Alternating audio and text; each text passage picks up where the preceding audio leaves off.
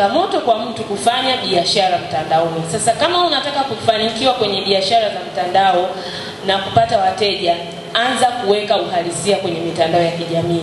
Nimekuwa nikitolea mifano sana kwenye peji yangu kwamba mtu unafanya biashara, unauza bidhaa kutoka China, lakini wewe kila siku unachukua nguo zile zile na Mchina yule yule ambaye ulitumiwa zile picha unaposti hizo hizo. Ni ngumu sana pale mtu kukuamini kuja kununua kutoka kwako.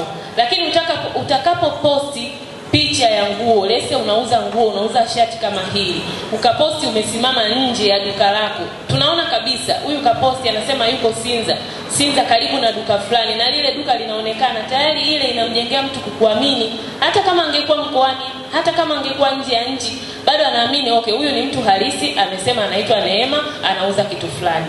Kwa hiyo tutoke kwenye zile zana za kusema kwamba utachukua tu picha zile zile ulizotumiwa sio wapi, utaposti mtandaoni.